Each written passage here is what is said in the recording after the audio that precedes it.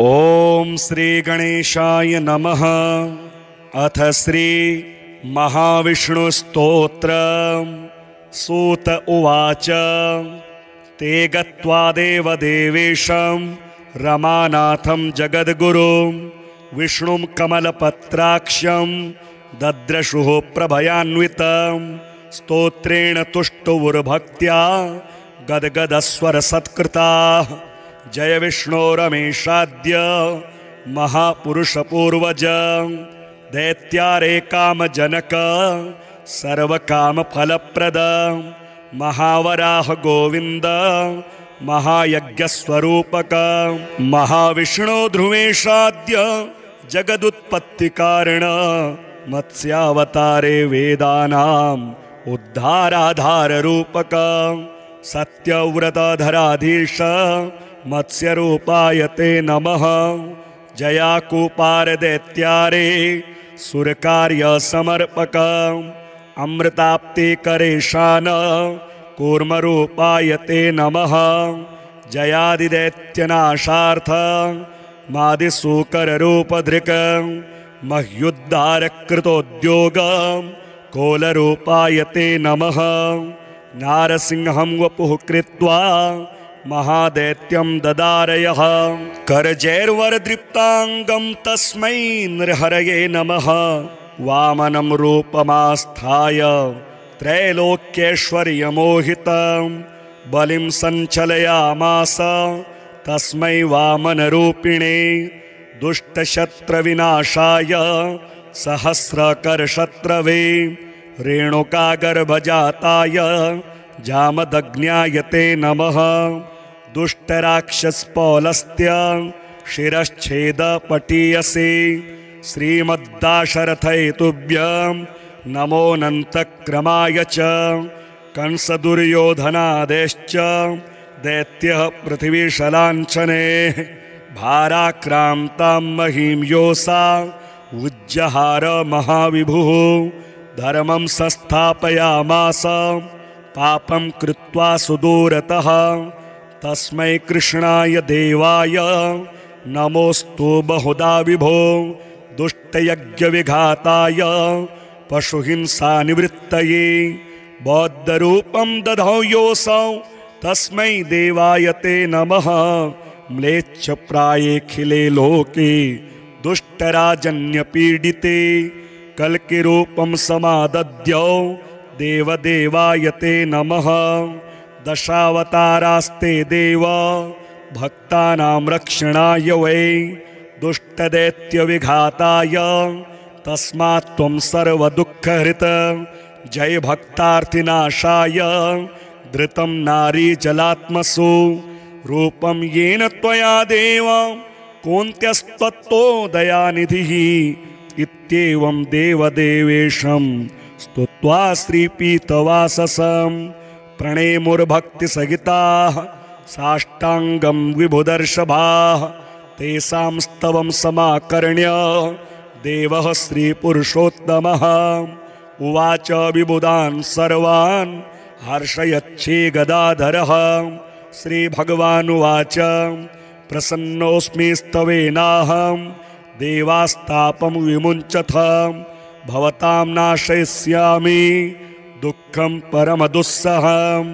वृणध्वं च वरं मत्तो देवः परमदुर्लभं ददामि परमप्रीतः स्तवस्यास्य प्रसादतः। य एतत् पठते स्तोत्रं कल्प उत्थाय मानवः मयि भक्तिं परां कृत्वा न तं शोकः स्पृशेत् कदा। अलक्ष्मीः कालकर्णी च नाक्रामे तद्गृहं सुराः नोपसर्गा न वेताला न ग्रहा ब्रह्मराक्षसाः न रोगावातिकः पैत्ताः श्लेष्मसम्भविनस्तथा। नाकालमरणं तस्य कदापि च भविष्यति सन्ततिश्चिरकालस्था भोगाः सर्वे सुखादयः सम्भविष्यन्ति तन्मर्त्य गृहे यः स्तोत्रपाठकः। किं पुनर्बहुनोक्तेन स्तोत्रं सर्वार्थसाधकम्। एतस्य पठना नृणां भुक्तिमुक्ति न दूरतः देवा भवत्सु यद्दुःखं कथ्यतां तदसंशयं नाशयामि न सन्देहश्चात्र कार्योऽणुरेव च। एवं श्रीभगवद्वाक्यं श्रुत्वा सर्वे दिवौकसः प्रसन्नमनसः सर्वे पुनरोचुर्वृषा कपिं। ते गत्वा देवदेवेशं रमानाथं जगद्गुरुं विष्णुं कमलपत्राक्षं दद्रशुः प्रभयान्वितं। स्तोत्रेण तुष्टुवुर्भक्त्या गद्गदस्वरसत्कृताः। जय विष्णो रमेशाद्य महापुरुषपूर्वज दैत्यारे कामजनक सर्वकामफलप्रद। महावराह गोविन्द महायज्ञस्वरूपक। महाविष्णो ध्रुवेशाद्य जगदुत्पत्तिकारण। मत्स्यावतारे वेदानाम् उद्धाराधाररूपक। सत्यव्रतधराधीश मत्स्यरूपाय ते नमः। जयाकूपारदैत्यारे सुरकार्यसमर्पक। अमृताप्तिकरेशान कूर्मरूपाय ते नमः। जयादिदैत्यनाशार्थ मादिसूकररूपधृक्। मह्युद्धारकृतोद्योग कोलरूपाय ते नमः। नारसिंहं वपुः कृत्वा महादैत्यं ददारयः। करजैर्वरदृप्ताङ्गं तस्मै नृहरये नमः। वामनं रूपमास्थाय त्रैलोक्यैश्वर्यमोहितं बलिं सञ्चलयामास तस्मै वामनरूपिणे। दुष्टशत्रविनाशाय सहस्रकरशत्रवे रेणुकागर्भजाताय जामदग्न्याय ते नमः। दुष्टराक्षसपौलस्त्य शिरश्छेदपटीयसे श्रीमद्दाशरथैतुभ्यं नमोऽनन्तक्रमाय च। कंसदुर्योधनादेश्च दैत्यः पृथिवीशलाञ्छने भाराक्रान्तां महीं योऽसा उज्जहार महाविभुः। धर्मं संस्थापयामास पापं कृत्वा सुदूरतः। तस्मै कृष्णाय देवाय नमोऽस्तु बहुधा विभो।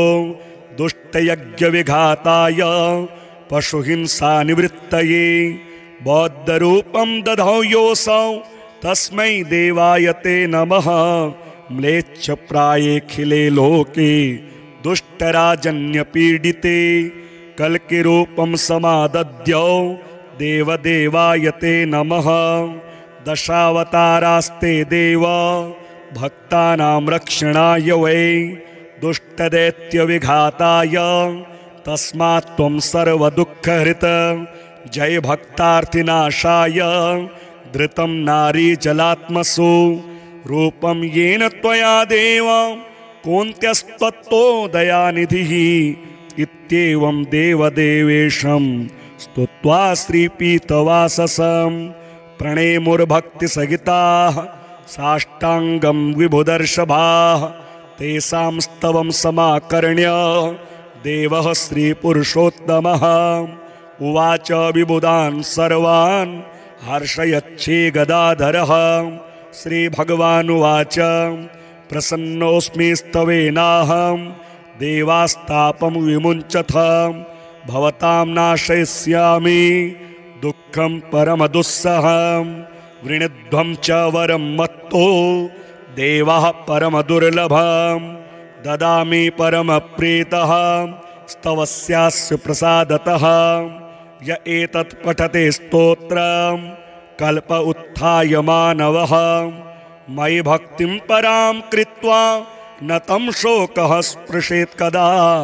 अलक्ष्मीः कालकर्णी च नाक्रामे तद्गृहं सुराः। नोपसर्गा न वेताला न ग्रहा ब्रह्मराक्षसाः। न रोगावातिकः पैत्ताः श्लेष्मसम्भविनस्तथा। नाकालमरणं तस्य कदापि च भविष्यति। सन्ततिश्चिरकालस्था भोगः सर्वे सुखादयः।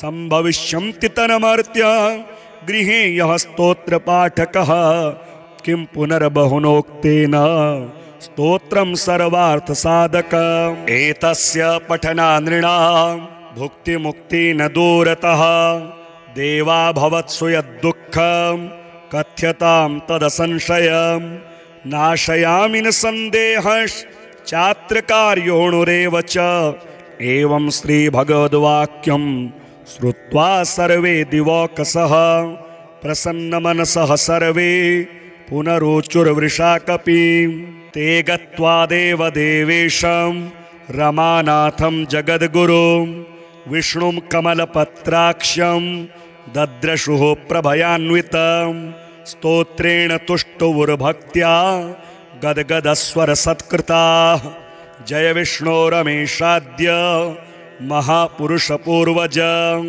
दैत्यारे कामजनक सर्वकामफलप्रद महावराह गोविन्द महायज्ञस्वरूपक महाविष्णो ध्रुवेशाद्य जगदुत्पत्तिकारण मत्स्यावतारे वेदानाम् उद्धाराधाररूपक सत्यव्रतधराधीश मत्स्यरूपाय ते नमः जयाकूपारदैत्यारे सुरकार्यसमर्पक अमृताप्तिकरेशान कूर्मरूपाय ते नमः जयादिदैत्यनाशार्थ मादिसूकररूपधृक मह्युद्धारकृतोद्योग कोलरूपाय ते नमः नारसिंहं वपुः कृत्वा महादैत्यं ददारयः करजैर्वरदृप्ताङ्गं तस्मै नृहरये नमः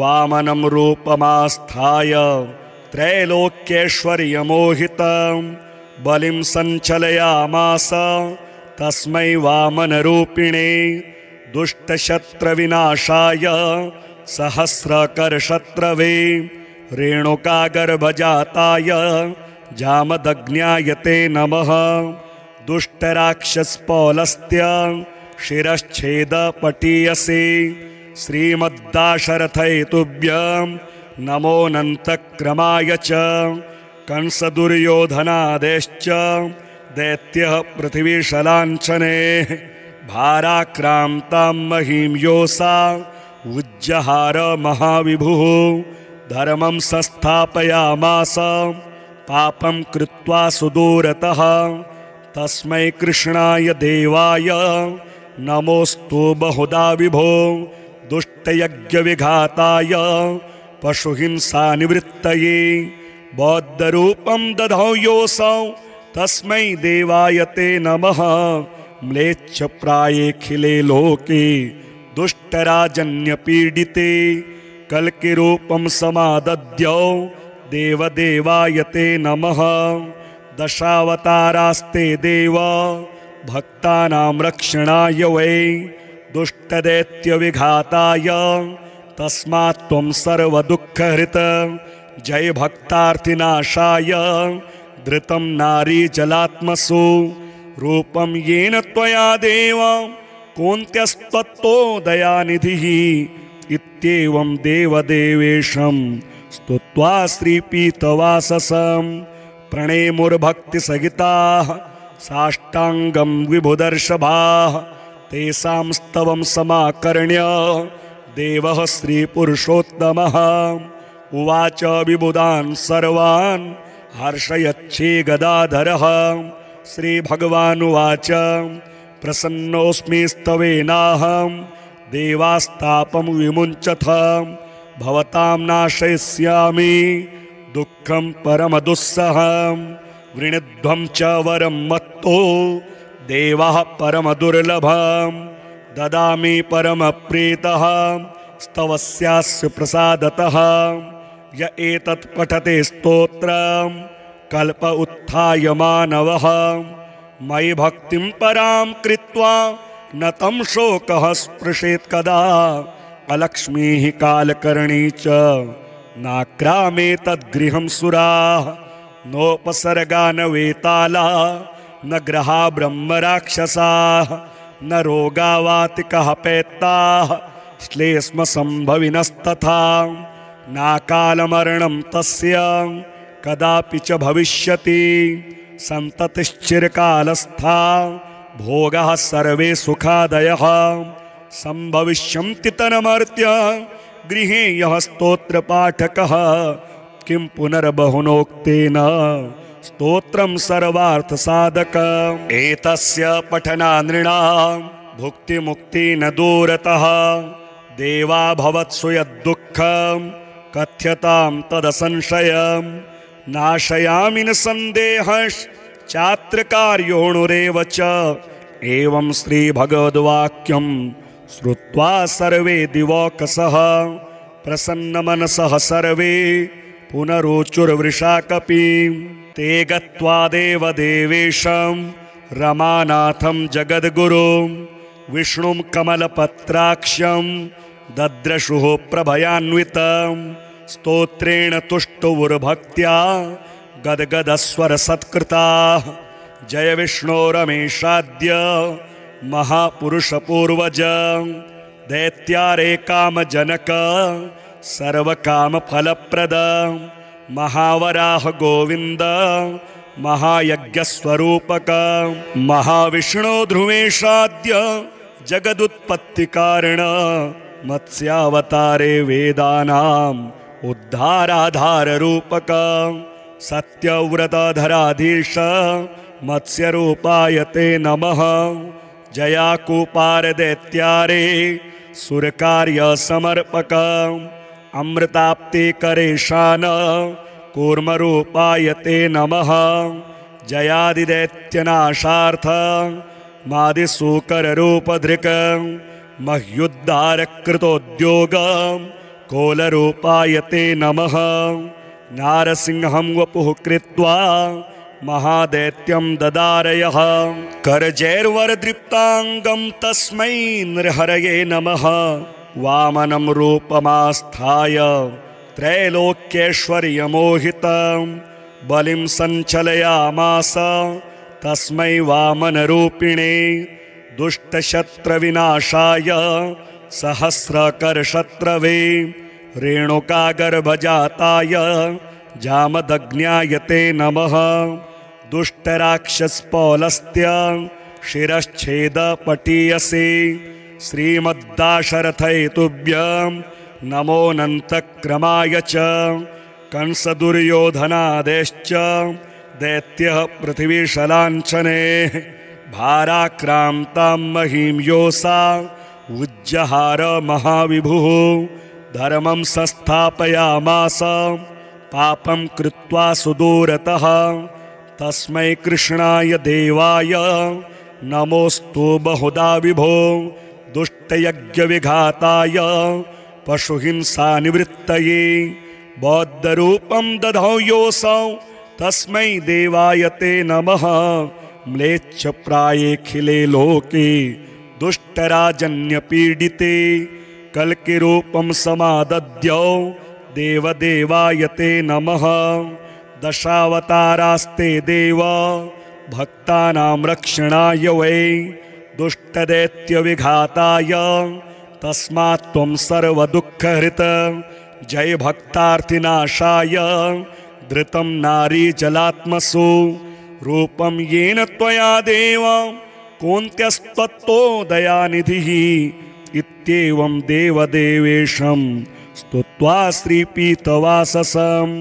प्रणेमुर्भक्तिसहिताः साष्टाङ्गं विभुदर्शभाः तेषां स्तवं समाकर्ण्य देवः श्रीपुरुषोत्तमः उवाच विबुधान् सर्वान् हर्षयच्छे गदाधरः श्रीभगवानुवाच प्रसन्नोऽस्मि स्तवेनाहं देवास्तापं विमुञ्चथ भवतां नाशयिष्यामि दुःखं परमदुस्सहं वृणध्वं च वरं मत्तो देवः परमदुर्लभं ददामि परमप्रीतः स्तवस्यास्य प्रसादतः य एतत् पठते स्तोत्रं कल्प उत्थाय मानवः मयि भक्तिं परां कृत्वा न तं शोकः स्पृशेत् कदा अलक्ष्मीः कालकर्णी च नाक्रामे तद्गृहं सुराः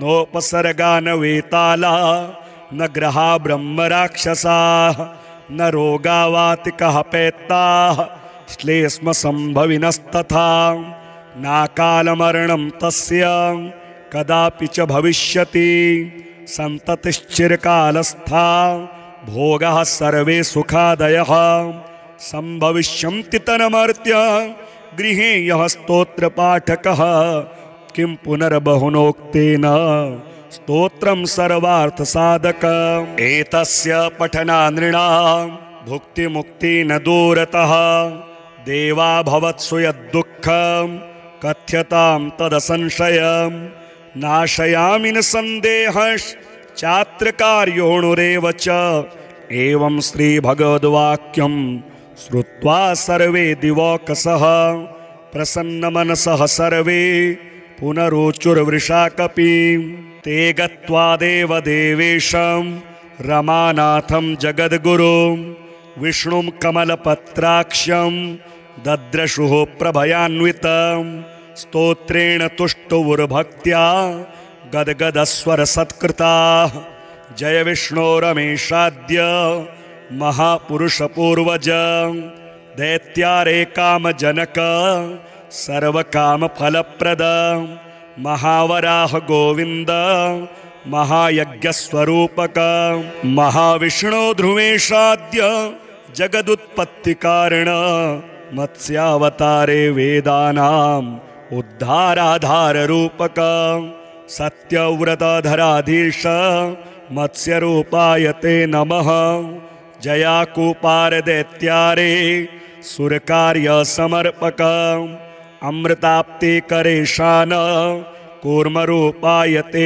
नमः जयादिदैत्यनाशार्थ मादिसूकररूपधृक मह्युद्धारकृतोद्योग कोलरूपाय ते नमः नारसिंहं वपुः कृत्वा महादैत्यं ददारयः करजैर्वरदृप्ताङ्गं तस्मै नृहरये नमः वामनं रूपमास्थाय त्रैलोक्यैश्वर्यमोहितं बलिं सञ्चलयामास तस्मै वामनरूपिणे दुष्टशत्रविनाशाय सहस्रकरशत्रवे रेणुकागर्भजाताय जामदग्न्याय ते नमः दुष्टराक्षसपौलस्त्य शिरश्छेदपटीयसे श्रीमद्दाशरथैतुभ्यं नमोऽनन्तक्रमाय च कंसदुर्योधनादेश्च दैत्यः पृथिवीशलाञ्छने भाराक्रान्तां महीं योषा उज्जहार महाविभुः धर्मं संस्थापयामास पापं कृत्वा सुदूरतः तस्मै कृष्णाय देवाय नमोस्तु बहुधा विभो दुष्टयज्ञविघाताय पशुहिंसानिवृत्तये बौद्धरूपं दधौ योऽसौ तस्मै देवाय ते नमः म्लेच्छप्रायेऽखिले लोके दुष्टराजन्यपीडिते कल्किरूपं समादद्यौ देवदेवाय ते नमः दशावतारास्ते देव भक्तानां रक्षणाय वै दुष्टदैत्यविघाताय तस्मात् त्वं सर्वदुःखहृत जय भक्तार्थिनाशाय धृतं नारीजलात्मसु रूपं येन त्वया देव कोऽन्त्यस्त्वत्तो दयानिधिः इत्येवं देवदेवेशं स्तुत्वा श्रीपीतवाससं प्रणेमुर्भक्तिसहिताः साष्टाङ्गं विभुदर्शभाः तेषां स्तवं समाकर्ण्य देवः श्रीपुरुषोत्तमः उवाच विबुधान् सर्वान् हर्षयच्छे गदाधरः श्रीभगवानुवाच प्रसन्नोऽस्मि स्तवेनाहं देवास्तापं विमुञ्चथ भवतां नाशयिष्यामि दुःखं परमदुस्सहं वृणध्वं च वरं मत्तो देवः परमदुर्लभं ददामि परमप्रीतः स्तवस्यास्य प्रसादतः य एतत् पठते स्तोत्रं कल्प उत्थाय मानवः मयि भक्तिं परां कृत्वा न तं शोकः स्पृशेत् कदा अलक्ष्मीः कालकर्णी च नाक्रामे तद्गृहं सुराः नोपसर्गा न वेताला न ग्रहा ब्रह्मराक्षसाः न रोगावातिकः पैत्ताः श्लेष्म सम्भविनस्तथा नाकालमरणं तस्य कदापि च भविष्यति सन्ततिश्चिरकालस्था भोगाः सर्वे सुखादयः सम्भविष्यन्ति तन्मर्त्य गृहे यः स्तोत्रपाठकः किं पुनर्बहुनोक्तेन स्तोत्रं सर्वार्थसाधकम् एतस्य पठनानृणां भुक्तिमुक्ति न दूरतः देवा भवत्सु यद्दुःखं कथ्यतां तदसंशयं नाशयामि न सन्देहश्चात्रकार्योऽणुरेव च एवं श्रीभगवद्वाक्यं श्रुत्वा सर्वे दिवौकसः प्रसन्नमनसः सर्वे पुनरोचुर्वृषाकपिं ते गत्वा देवदेवेशं रमानाथं जगद्गुरुं विष्णुं कमलपत्राक्षं दद्रशुः प्रभयान्वितं स्तोत्रेण तुष्टुवुर्भक्त्या गद्गदस्वरसत्कृताः जय विष्णो रमेशाद्य महापुरुषपूर्वज दैत्यारे कामजनक सर्वकामफलप्रद महावराह गोविन्द महायज्ञस्वरूपक महाविष्णो ध्रुवेशाद्य जगदुत्पत्तिकारण मत्स्यावतारे वेदानाम् उद्धाराधाररूपक सत्यव्रतधराधीश मत्स्यरूपाय ते नमः जयाकूपार दैत्यारे सुरकार्यसमर्पक अमृताप्ते करेशान कूर्मरूपाय ते नमः जयादिदैत्यनाशार्थ मादिसूकररूपधृक मह्युद्धारकृतोद्योग कोलरूपाय ते नमः नारसिंहं वपुः कृत्वा महादैत्यं ददारयः करजैर्वरदृप्ताङ्गं तस्मै नृहरये नमः वामनं रूपमास्थाय त्रैलोक्यैश्वर्यमोहितं बलिं सञ्चलयामास तस्मै वामनरूपिणे दुष्टशत्रविनाशाय सहस्रकरशत्रवे रेणुकागर्भजाताय जामदग्न्याय ते नमः दुष्टराक्षसपौलस्त्य शिरश्छेदपटीयसे श्रीमद्दाशरथैतुभ्यं नमोऽनन्तक्रमाय च कंसदुर्योधनादेश्च दैत्यः पृथिवीशलाञ्छने भाराक्रान्तां महीं योऽसा उज्जहार महाविभुः धर्मं संस्थापयामास पापं कृत्वा सुदूरतः तस्मै कृष्णाय देवाय नमोऽस्तु बहुधा विभो दुष्टयज्ञविघाताय पशुहिंसानिवृत्तये बौद्धरूपं दधौ योऽसौ तस्मै देवाय ते नमः म्लेच्छप्रायेऽखिले लोके दुष्टराजन्यपीडिते कल्किरूपं समादद्यौ देवदेवाय ते नमः दशावतारास्ते देव भक्तानां रक्षणाय वै दुष्टदैत्यविघाताय तस्मात् त्वं सर्वदुःखहृत जय भक्तार्थिनाशाय धृतं नारीजलात्मसु रूपं येन त्वया देव कोऽन्त्यस्त्वत्तो दयानिधिः इत्येवं देवदेवेशं स्तुत्वा श्रीपीतवाससं प्रणेमुर्भक्तिसहिताः साष्टाङ्गं विभुदर्शभाः तेषां स्तवं समाकर्ण्य देवः श्रीपुरुषोत्तमः उवाच विबुधान् सर्वान् हर्षयच्छे गदाधरः श्रीभगवानुवाच प्रसन्नोऽस्मि स्तवेनाहं देवास्तापं विमुञ्चथ भवतां नाशयिष्यामि दुःखं परमदुस्सहं वृणध्वं च वरं मत्तो देवः परमदुर्लभं ददामि परमप्रीतः स्तवस्यास्य प्रसादतः य एतत् पठते स्तोत्रं कल्प उत्थाय मानवः मयि भक्तिं परां कृत्वा न तं शोकः स्पृशेत् कदा अलक्ष्मीः कालकर्णी च नाक्रामेतद्गृहं सुराः नोपसर्गा न वेताला न ग्रहा ब्रह्मराक्षसाः न रोगावातिकः पैत्ताः श्लेष्मसम्भविनस्तथा नाकालमरणं तस्य कदापि च भविष्यति सन्ततिश्चिरकालस्था भोगाः सर्वे सुखादयः सम्भविष्यन्ति तन्मर्त्य गृहे यः स्तोत्रपाठकः किं पुनर्बहुनोक्तेन स्तोत्रं सर्वार्थसाधकम् एतस्य पठनानृणां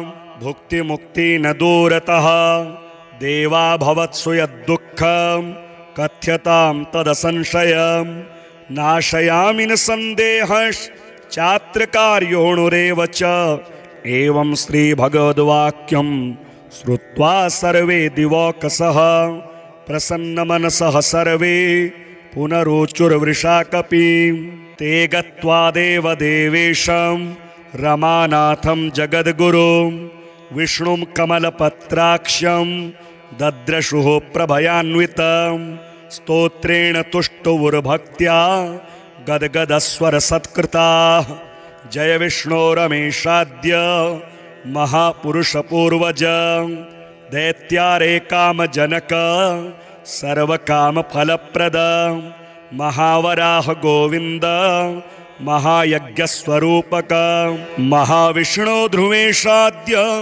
जगदुत्पत्तिकारण मत्स्यावतारे वेदानाम् उद्धाराधाररूपक सत्यव्रतधराधीश मत्स्यरूपाय ते नमः जयाकूपारदैत्यारे सुरकार्यसमर्पक अमृताप्ते करेशान कूर्मरूपाय ते नमः जयादिदैत्यनाशार्थ मादिसूकररूपधृक मह्युद्धारकृतोद्योग कोलरूपाय ते नमः नारसिंहं वपुः कृत्वा महादैत्यं ददारयः करजैर्वरदृप्ताङ्गं तस्मै नृहरये नमः वामनं रूपमास्थाय त्रैलोक्यैश्वर्यमोहितं बलिं सञ्चलयामास तस्मै वामनरूपिणे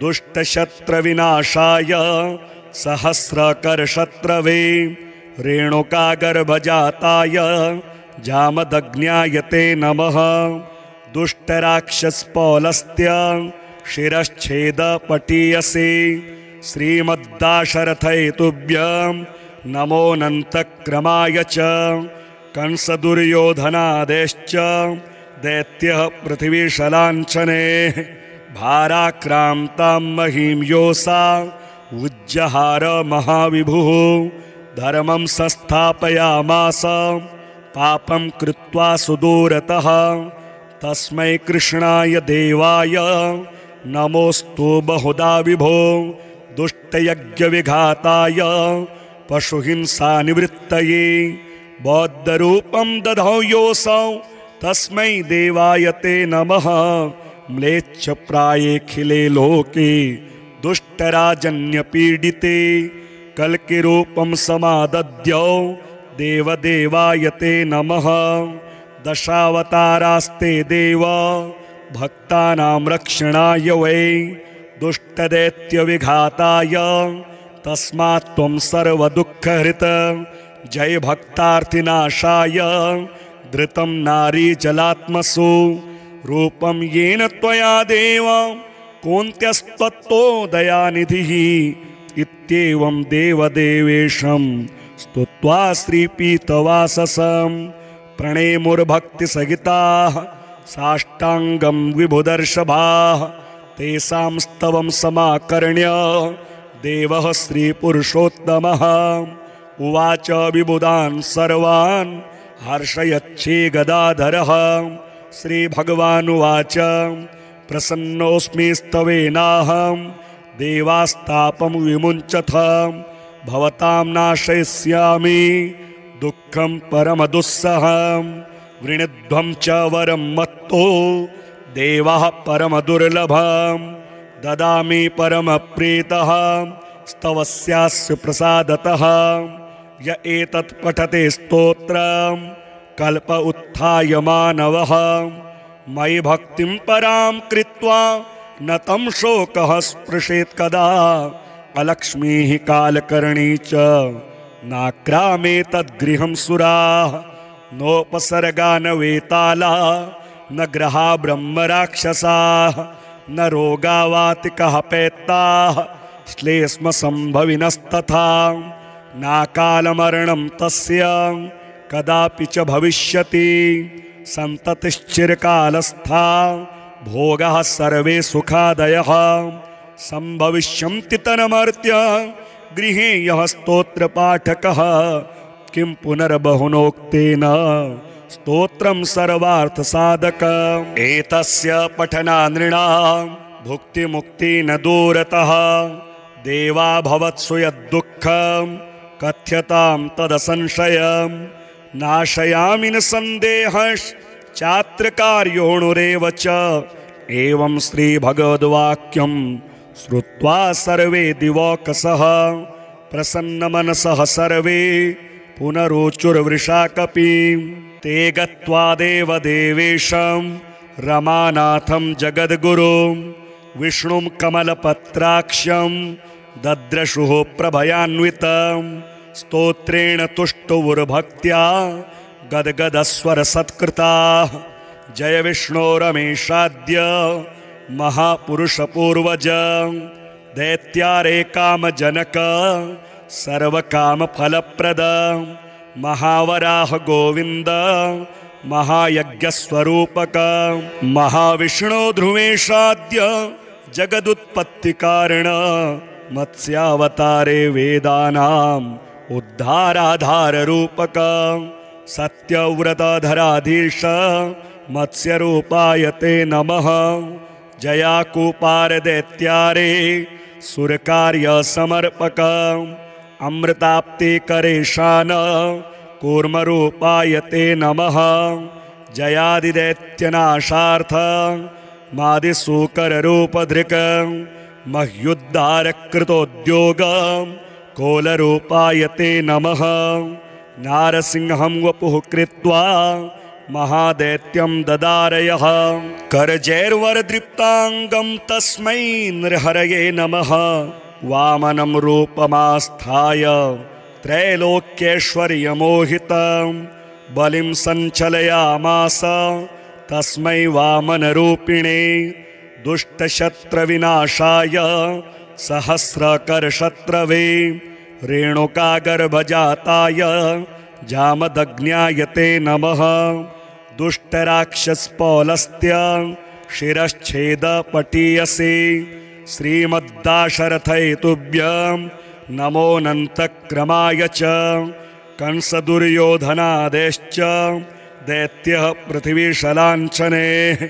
भाराक्रान्तां महीं योऽसा उज्जहार महाविभुः। धर्मं संस्थापयामास पापं कृत्वा सुदूरतः। तस्मै कृष्णाय देवाय नमोऽस्तु बहुधा विभो। दुष्टयज्ञविघाताय पशुहिंसानिवृत्तये। बौद्धरूपं दधौ योऽसौ तस्मै देवाय ते नमः। म्लेच्छप्रायेऽखिले लोके दुष्टराजन्यपीडिते। कल्किरूपं समादद्यौ देवदेवाय ते नमः। दशावतारास्ते देव भक्तानां रक्षणाय वै। दुष्टदैत्यविघाताय तस्मात् त्वं सर्वदुःखहृत। जय भक्तार्थिनाशाय धृतं नारीजलात्मसु। रूपं येन त्वया देव कोऽन्त्यस्त्वत्तो दयानिधिः। इत्येवं देवदेवेशं स्तुत्वा श्रीपीतवाससं प्रणेमुर्भक्तिसहिताः साष्टाङ्गं विभुदर्शभाः तेषां स्तवं समाकर्ण्य देवः श्रीपुरुषोत्तमः उवाच विबुधान् सर्वान् हर्षयच्छे गदाधरः श्रीभगवानुवाच प्रसन्नोऽस्मि स्तवेनाहं देवास्तापं विमुञ्चथ भवतां नाशयिष्यामि दुःखं परमदुस्सहं वृणध्वं च वरं मत्तो देवः परमदुर्लभं ददामि परमप्रीतः स्तवस्यास्य प्रसादतः य एतत् पठते स्तोत्रं कल्प उत्थाय मानवः मयि भक्तिं परां कृत्वा न तं शोकः स्पृशेत् कदा अलक्ष्मीः कालकर्णी च नाक्रामे तद्गृहं सुराः नोपसर्गा न वेताला न ग्रहा ब्रह्मराक्षसाः न रोगावातिकः पैत्ताः श्लेष्मसम्भविनस्तथा नाकालमरणं तस्य कदापि च भविष्यति सन्ततिश्चिरकालस्था भोगाः सर्वे सुखादयः सम्भविष्यन्ति तन्मर्त्य गृहे यः स्तोत्रपाठकः किं पुनर्बहुनोक्तेन स्तोत्रं सर्वार्थसाधकम् एतस्य पठनानृणां भुक्तिमुक्ति न दूरतः देवा भवत्सु यद्दुःखं कथ्यतां तदसंशयं नाशयामि न सन्देहश्चात्रकार्योऽणुरेव च एवं श्रीभगवद्वाक्यं श्रुत्वा सर्वे दिवौकसः प्रसन्नमनसः सर्वे पुनरोचुर्वृषाकपिं ते गत्वा देवदेवेशं रमानाथं जगद्गुरुं विष्णुं कमलपत्राक्षं दद्रशुः प्रभयान्वितं स्तोत्रेण तुष्टुवुर्भक्त्या गद्गदस्वरसत्कृताः जय विष्णो रमेशाद्य महापुरुषपूर्वज दैत्यारे कामजनक सर्वकामफलप्रद महावराह गोविन्द महायज्ञस्वरूपक महाविष्णो ध्रुवेशाद्य जगदुत्पत्तिकारण मत्स्यावतारे वेदानाम् उद्धाराधाररूपक सत्यव्रतधराधीश मत्स्यरूपाय ते नमः जयाकूपारदैत्यारे सुरकार्यसमर्पक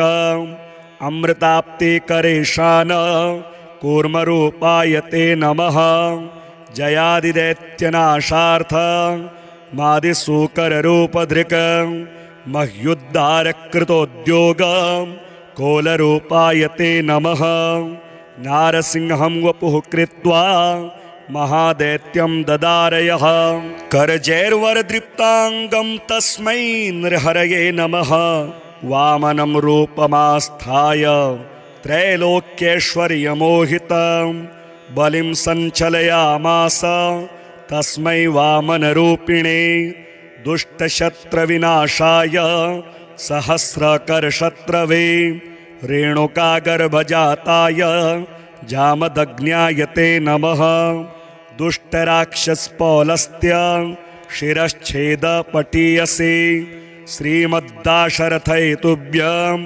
नमोऽनन्तक्रमाय च कंसदुर्योधनादेश्च दैत्यः पृथिवीशलाञ्छने भाराक्रान्तां महीं योषा उज्जहार महाविभुः धर्मं संस्थापयामास पापं कृत्वा सुदूरतः तस्मै कृष्णाय देवाय नमोऽस्तु बहुधा विभो दुष्टयज्ञविघाताय पशुहिंसानिवृत्तये बौद्धरूपं दधौ योऽसौ तस्मै देवाय ते नमः म्लेच्छप्रायेऽखिले लोके दुष्टराजन्यपीडिते कल्किरूपं समादद्यौ देवदेवाय ते नमः दशावतारास्ते देव भक्तानां रक्षणाय वै दुष्टदैत्यविघाताय तस्मात् त्वं सर्वदुःखहृत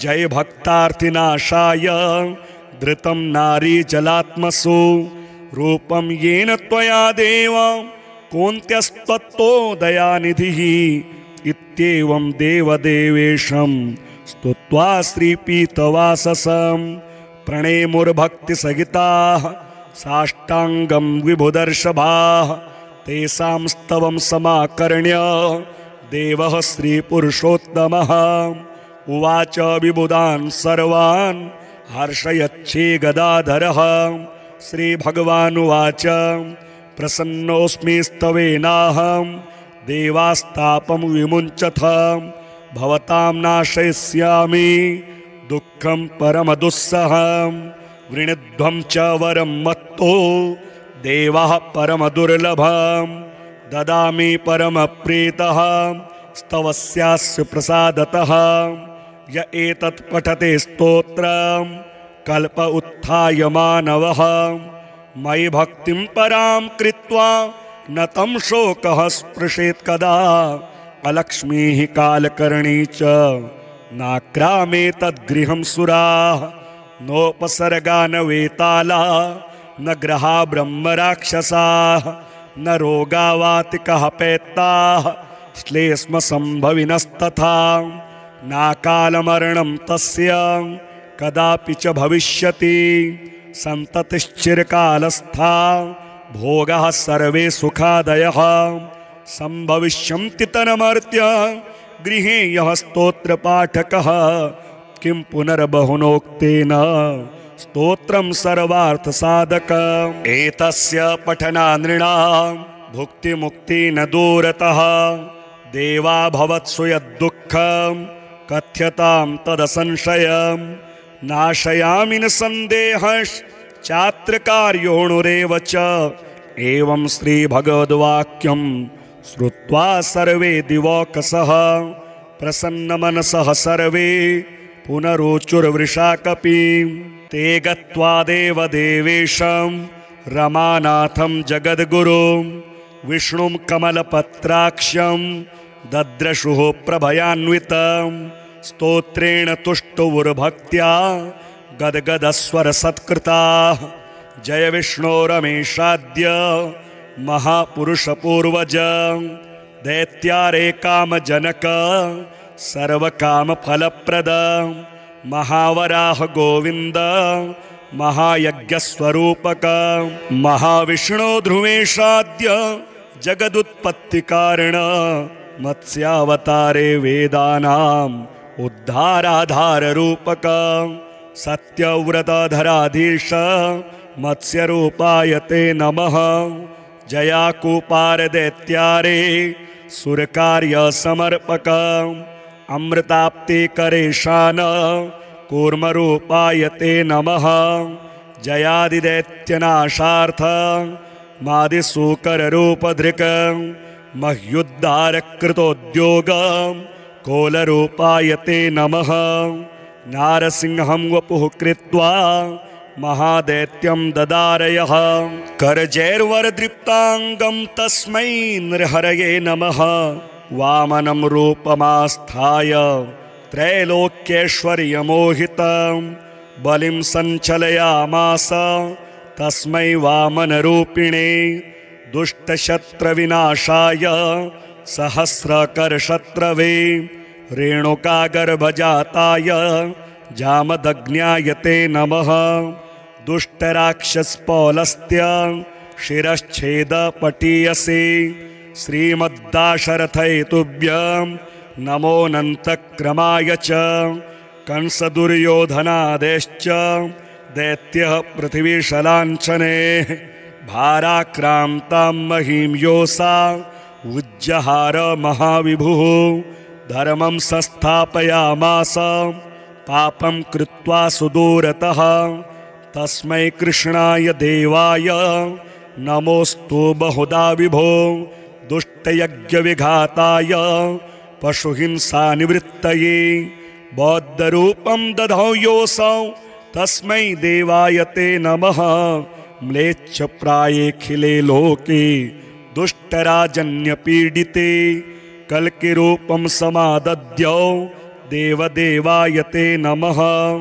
दशावतारास्ते देव भक्तानां रक्षणाय वै दुष्टदैत्यविघाताय तस्मात् त्वं सर्वदुःखहृत जय भक्तार्थिनाशाय धृतं नारीजलात्मसु रूपं येन त्वया देव कोऽन्त्यस्त्वत्तो दयानिधिः इत्येवं देवदेवेशं स्तुत्वा श्रीपीतवाससं प्रणेमुर्भक्तिसहिताः साष्टाङ्गं विभुदर्शभाः तेषां स्तवं समाकर्ण्य देवः श्रीपुरुषोत्तमः उवाच विबुधान् सर्वान् हर्षयच्छे गदाधरः।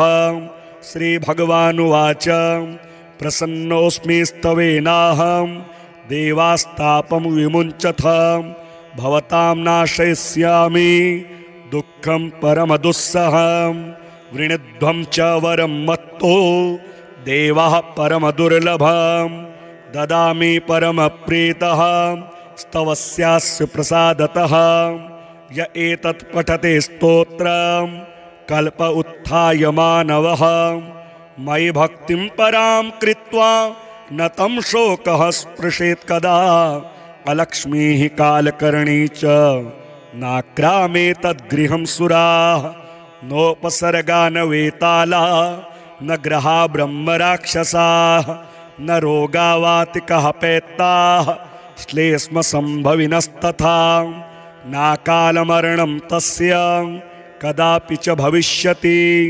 सन्ततिश्चिरकालस्था भोगाः सर्वे सुखादयः सम्भविष्यन्ति तन्मर्त्य गृहे यः स्तोत्रपाठकः किं पुनर्बहुनोक्तेन स्तोत्रं सर्वार्थसाधकम् एतस्य पठनानृणां भुक्तिमुक्ति न दूरतः देवा भवत्सु यद्दुःखं कथ्यतां तदसंशयं नाशयामि न सन्देहश्चात्रकार्योऽणुरेव च एवं श्रीभगवद्वाक्यं श्रुत्वा सर्वे दिवौकसः प्रसन्नमनसः सर्वे पुनरोचुर्वृषाकपिं ते गत्वा देवदेवेशं रमानाथं जगद्गुरुं विष्णुं कमलपत्राक्षं दद्रशुः प्रभयान्वितं स्तोत्रेण तुष्टुवुर्भक्त्या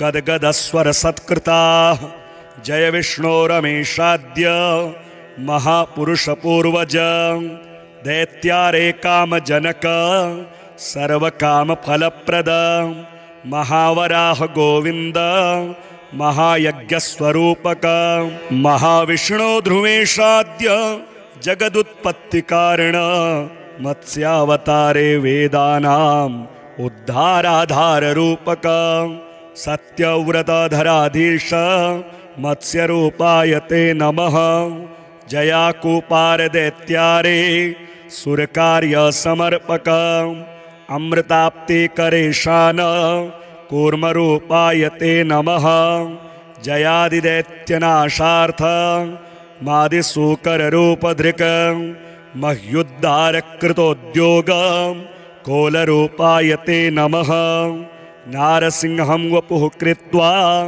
महादैत्यं ददारयः करजैर्वरदृप्ताङ्गं तस्मै नृहरये नमः वामनं रूपमास्थाय त्रैलोक्यैश्वर्यमोहितं बलिं सञ्चलयामास तस्मै वामनरूपिणे दुष्टशत्रविनाशाय सहस्रकरशत्रवे रेणुकागर्भजाताय जामदग्न्याय ते नमः दुष्टराक्षसपौलस्त्य शिरश्छेदपटीयसे श्रीमद्दाशरथैतुभ्यं नमोऽनन्तक्रमाय च कंसदुर्योधनादेश्च दैत्यः पृथिवीशलाञ्छने भाराक्रान्तां महीं योषा उज्जहार महाविभुः धर्मं संस्थापयामास पापं कृत्वा सुदूरतः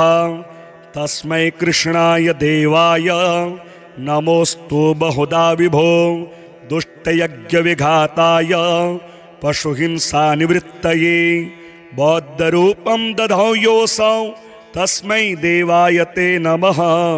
म्लेच्छप्रायेऽखिले लोके दुष्टराजन्यपीडिते कल्किरूपं समादद्यौ देवदेवाय ते नमः।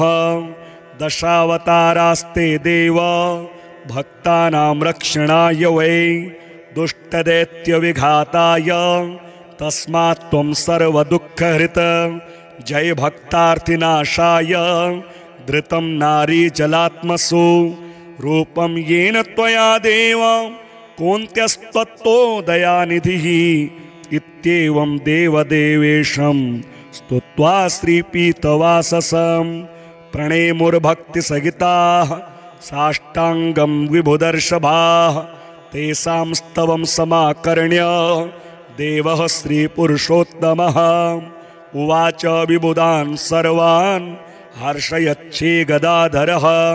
श्रीभगवानुवाच प्रसन्नोऽस्मि स्तवेनाहं देवास्तापं विमुञ्चथ भवतां नाशयिष्यामि दुःखं परमदुस्सहं वृणध्वं च वरं मत्तो देवः परमदुर्लभं ददामि परमप्रीतः स्तवस्यास्य प्रसादतः।